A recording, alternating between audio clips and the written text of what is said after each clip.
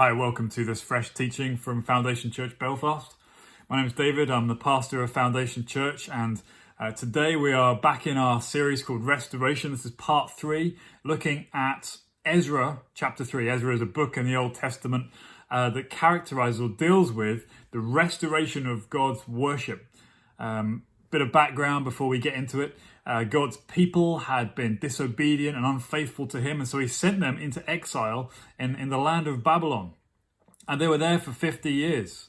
And what we've seen in the first 2 chapters of Ezra is that because of God's stirring the spirit of the Persian leadership, of the new regime, of the Persian leadership, and stirring the hearts of the people of Israel, they were permitted to come back to Jerusalem to reinstate and rebuild the temple that had been destroyed by the Babylonians, and to begin again afresh the worship of God. And so as a church, we're asking ourselves, what can we learn from this restoration community about God, how he prepares and how he stirs and how he equips and supplies everything that the restoration community needs. And we're having our hearts stirred and our faith built and our vision increased by what God can do. And if he can do it for them in that stage of his history, then he can do it for us too at Foundation Church Belfast.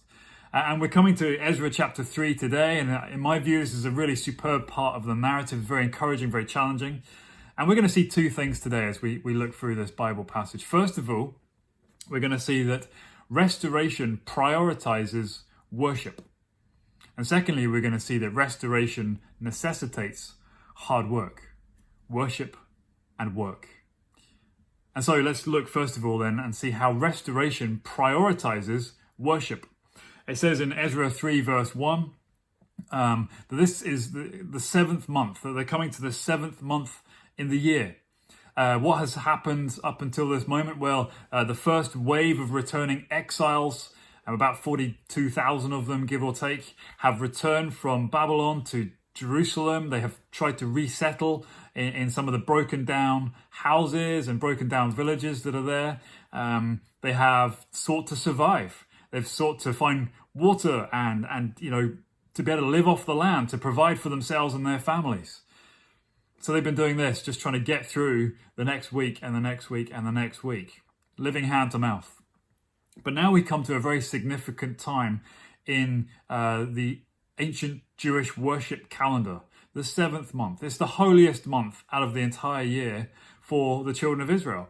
Why is it so holy? Well, it's the month when there is 3 major festivals. The Festival of Trumpets, the Day of Atonement, the holiest day in the whole calendar, and the Festival of the Booths, a very holy month indeed. And it's during the 7th month that the people of Israel gather together in Jerusalem, it says, broken down, ramshackle old Jerusalem, and they begin to worship God.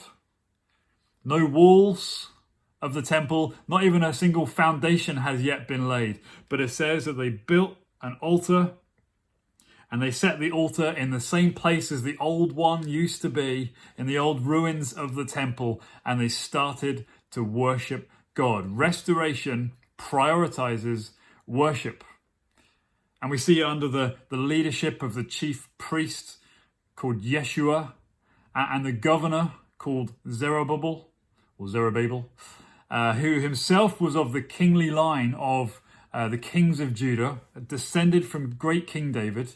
Under their leadership, Israel began to worship.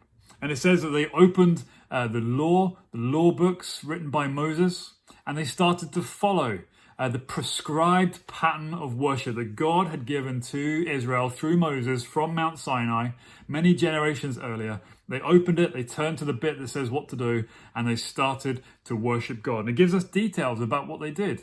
It says that they began the burnt offerings, part of their worship practice, twice a day in the morning and the evening, offerings up to God on the altar.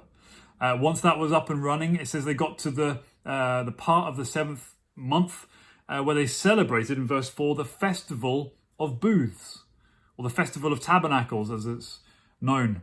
What is the Festival of Tabernacles, and why is that interesting to us? Well, as I said earlier, it's one of the yearly celebrations, and their ancestors, many generations earlier, as they were released from slavery in Egypt, and made their way to the promised land where this generation had currently stood.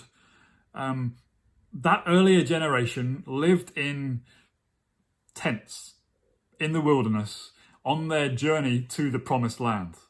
And so, as part of the yearly worship practices of Israel ever since then, for 1 week, all the people of Israel made themselves little tents and booths. They lived in them, probably in their backyard or in the park or somewhere nearby, and to remind themselves that their ancestors lived in tents for 40 years on their way to the promised land, that God brought them to the place of promise and blessing. And it ended up with, after that 7 days of living in tents, with a massive gathering, huge worship ceremonies, and a time of great joy and thankfulness for God and what he's done. And so this is the festival that the current restoration community are celebrating. Not only that, it says, but seasonal festivals were beginning, and also the free will offerings, people giving to God out of thanks and worship to him above and beyond the minimum requirements. All these things taken together show us that the restoration community prioritizes worship. And it's just remarkable. When you think about it, it's remarkable that they did this, because there's lots of reasons that they could have come up with to delay starting worship. They could have delayed because of their humble surroundings. Don't forget, they were worshipping in ruins, an old shell broken down, moss-covered stones, and yet they chose to worship despite their humble surroundings. They chose to worship despite their fears. It says down in verse 3, fear was on them because of the peoples of the land. What does that mean? Well, we'll see that in the next few weeks, but even though the people of Israel had been exiled to Babylon, there were still people living in and around the old shells, taking ownership, if you like, whilst the people of Israel were away on exile. And they're referred to here as the peoples of the land. It's probably just people from local tribes and local areas that had come in and sort of started to populate again. They were not particularly happy to see the children of Israel come back and start worshipping again. And we'll see that next week and the week after. But the people of Israel chose to worship despite their fears. Hostile neighbors, mocking, insulting, making life very difficult for them. But they chose to worship despite that. And they chose to worship despite being so very far away from achieving their vision, their goal of rebuilding the temple. They started to worship God anyway. They had vision of the throngs of worshippers, crowds and crowds of people flocking from, not just from all Israel, but from other nations as well, coming to the temple to worship Yahweh, the God of Israel. And compared to that, the current community were a pretty sorry bunch. They were so far away from achieving that goal, that vision. Yet, restoration prioritizes worship. And you see, as we emerge together as a church from underneath lockdown and start to think about coming back to worshiping and gathering publicly again, we need to look at this community on mission, this community committed to restoration, and we need to be inspired by them and their practices. Because this community on mission in Ezra chapter 3 prioritized worship. It took them great courage to publicly and boldly start the wheels of worship turning once again. And even when you read through, there's a sense of freedom that they are, even though they're in their humble circumstances and perhaps influenced by fear from outside, there's a freedom that we get to do this. We can do this. Sense of their purpose is being fulfilled as those wheels, the cogs, start turning again. And for us, as we return to worship, we must, in some respects, choose to worship. It is an active choice like them that we must take ourselves. Because perhaps like that restoration community in Ezra 3, we might come back to worship carrying a sense of fear. It might be fear from hostile neighbors and those outside the church, making it hard for you or for us. But it might be that your fears are about safety and about whether coming to church means I'll catch the virus. And of course, we'll take all those things into consideration and make our gatherings as safe and as as easy to attend as possible as we start the wheels turning in worship. But maybe that sense of fear will put you off worship altogether. Maybe you must choose to worship because you are overly aware of our humble surroundings as a church, whether we are gathering together in houses at the start or whether we're gathering together in our ordinary place of gathering at Ashfield Girls High School. Or perhaps for you it's slightly different. Perhaps for you need to choose to worship because you have a sense of heaviness because we are so far from achieving the vision that we set out with at the start. Maybe that's a defeater for you when it comes to worship. Look, I'm highlighting these things at this stage in our preparations because we must return as a church ready for worship. We must be prepared for worship. Yes, there will be practical challenges that we will try and address and make as small as possible. Yes, it will be awkward for the first few times as we get back together again. Yes, there are uncertainties. Yes, it will feel odd as we return, but restoration prioritizes worship. We've got to remember the most important reason for our gathering is worship. It is making much of God. Glory to the Father, in the Son, by the Holy Spirit. And so it is a choice. We have to choose to involve our hearts in worship, our whole being in worship, choosing to gather, to lean into worship as a community. Maybe you are looking into Foundation Church from the outside. You're not yet part of our community, but you're seriously thinking about it, or even not seriously thinking about it, just starting to think about it. Well, maybe some information might help and filling in some of the blanks practically how we do things. We meet, as I've mentioned, at Ashfield Girls High School in East Belfast. It's not a typical church building, of course, but it's a great space for us. It occupies a really easy location to get to, and there's loads of room for us. There's a great space and loads of room for our kids as well to run around and to do their kids' projects and kids ministry together. Well, what do we do when we gather?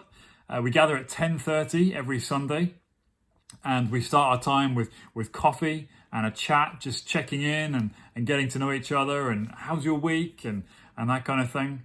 And then we start our worship time, which begins with singing songs. And we sing songs especially that point us to God, that talk about who He is, that talk about what He's done for us, especially focusing on what He's done for us through His Son, Jesus, through the gospel. So we sing songs, we pray together.